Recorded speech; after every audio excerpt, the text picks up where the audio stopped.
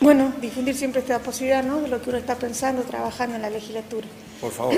¿Qué pasó con Marcelo del Moral? ¿Quiere que vamos a escuchar el audio? Como para que entendamos en realidad cuál es la raíz de este conflicto que ha comenzado en la sesión última de la Cámara de Diputados de la provincia. Marcelo del Moral dijo, o con su expresión, a prima facie uno puede interpretar de que está discriminando. Dijo, prefiero darle solución, o algo así, ¿no? Prefiero darle solución a los riojanos y después a los bolivianos. Una cosa así. ¿Cuál es el audio de Marcelo del Moral? ¿Está el audio? Dame Yo no por menospreciar a nadie ni discriminar a nadie. Siempre voy a primero, como gobierno que estamos al frente de esta provincia, voy a brindar los servicios primero a los riojanos y después a los bolivianos. Primero vamos a contemplar a la familia riojana, sin menospreciar ni discriminar a nadie. Primero tenemos la obligación, como riojanos, llevar la solución a la gente de La Rioja y después a los bolivianos. Eso la diputada Lucia Ávila normal interpretó y lo tomó como una discriminación.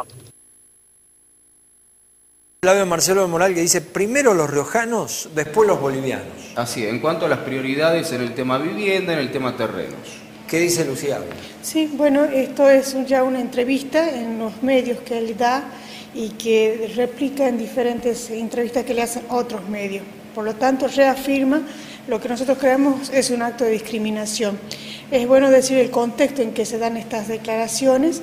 Esto comienza en el debate parlamentario, ahí en la legislatura, en la última sesión, Esteban, cuando se estaba en discusión la posibilidad de incorporar a la ley macro que el Partido Justicialista trajo como bloque para repartir lotes en el medio de la ley de emergencia. Ajá. Porque vio que tenemos una ley de emergencia que determinó, y uno acompañó, el diagnóstico de que hay emergencia social en donde también se debía abordar una política de vivienda. Usted, ¿sí? Usted acompañó la ley de emergencia. Claro, más, bueno, además de querer incorporar otros ítems que no tampoco se permitió. Bien. Pero yo voy a la raíz de lo que permitió el contexto, ¿no?, en lo que se dan estas declaraciones. Bien. Entonces, con la ley de emergencia que habla de que se necesita viviendas y también a facultar al Poder Ejecutivo a tener ciertas discrecionalidad en el uso de los fondos en función de que estamos en esta situación.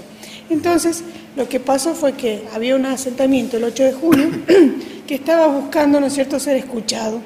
Y por lo pronto,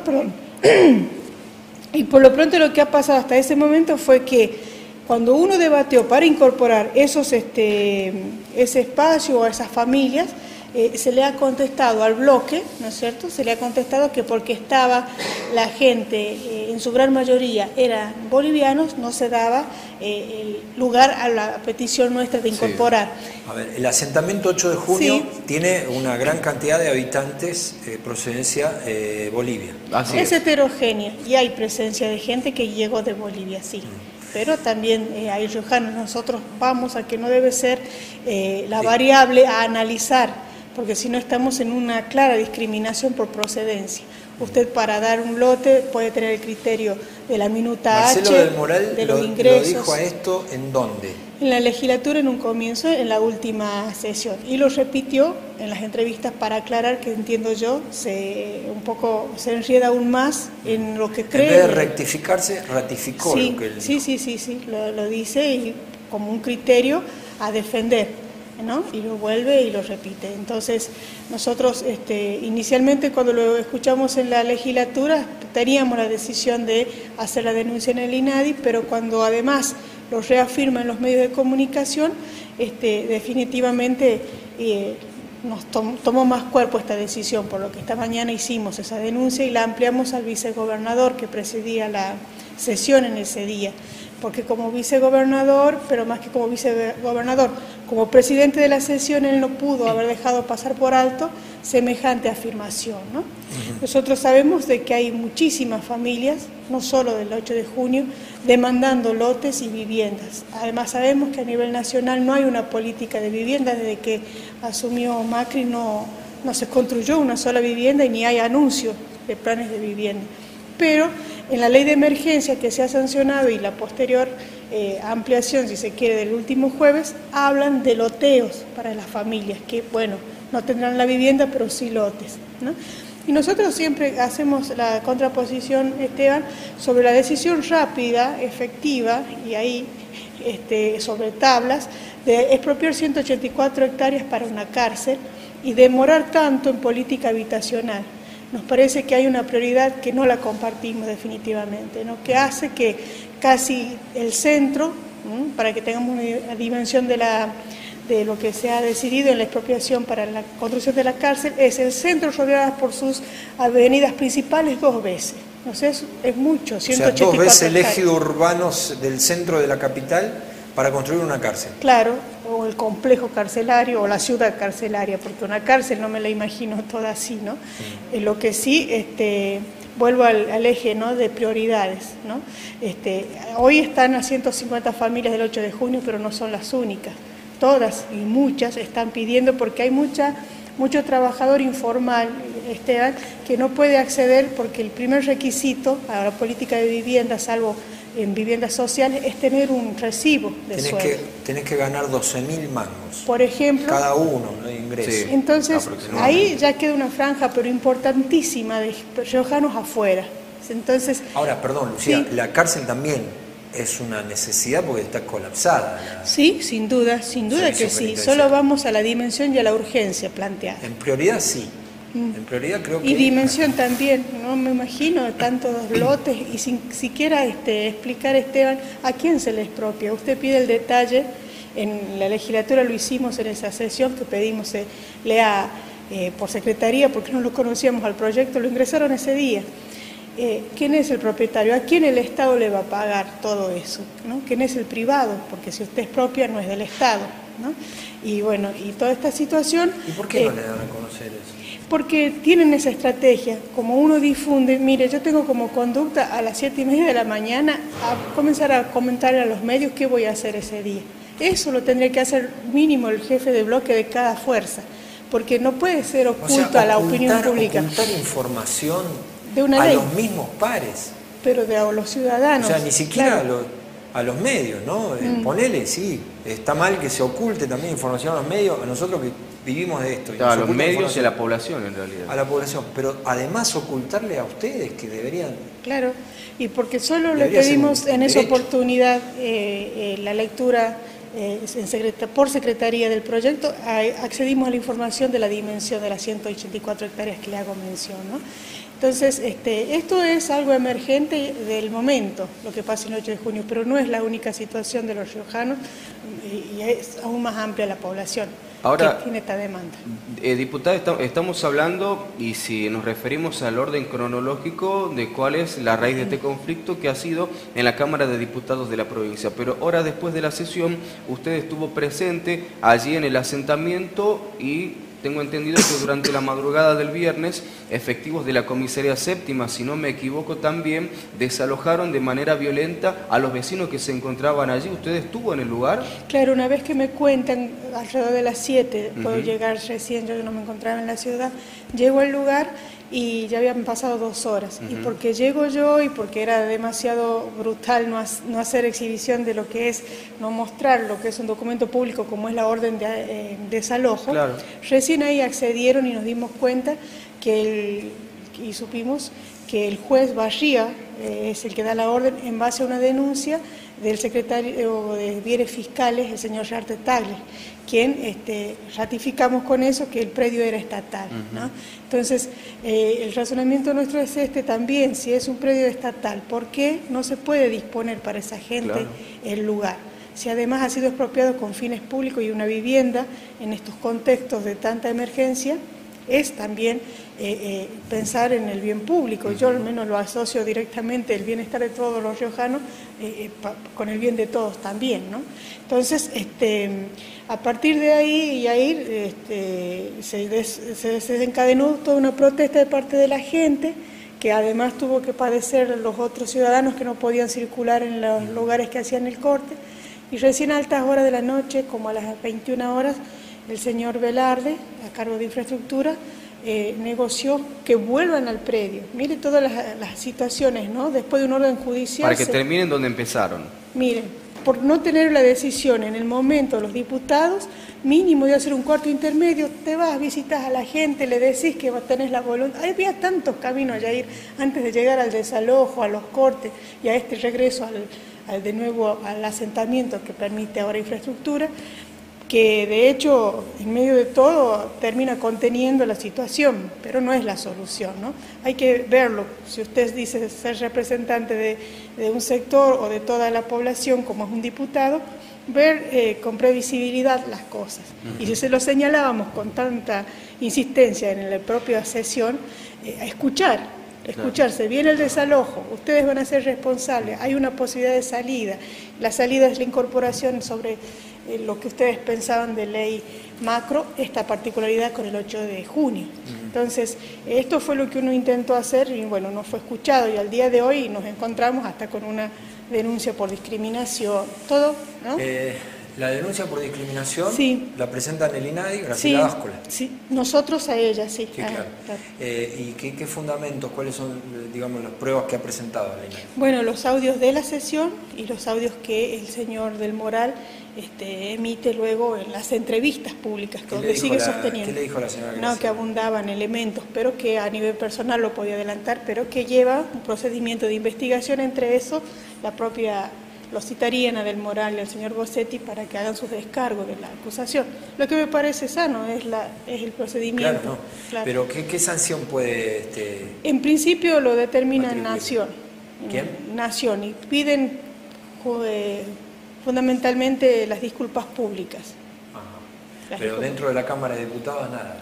Solo si yo o algún bloque o algún diputado impulsa que toda la Cámara le pida al diputado del Moral las disculpas a la comunidad boliviana, por ejemplo, ¿no? ¿Se sintió algunos de estas personas de procedencia de Bolivia, se sintió tocado? Sin duda, mire, es tan sabia la gente y tan subestimada muchas veces. ¿Sabe qué hicieron en el momento que sufrieron de las declaraciones? Hicieron una bandera boliviana y una argentina. ¿Cuánto para aprender de la gente? Solo hay que escuchar, hay que escuchar. Izaron una bandera boliviana y una argentina en el barrio. En el lugar, en el asentamiento, como diciendo, nosotros no nos van a hacer pelear entre pobres. Las decisiones las tienen ustedes, ¿no es cierto? Tómenlas, pero nosotros sabemos que no nos vamos a pelear entre pobres, porque ese es el enfrentamiento falso de bolivianos versus riojanos. Yo voy a decir algo, sí.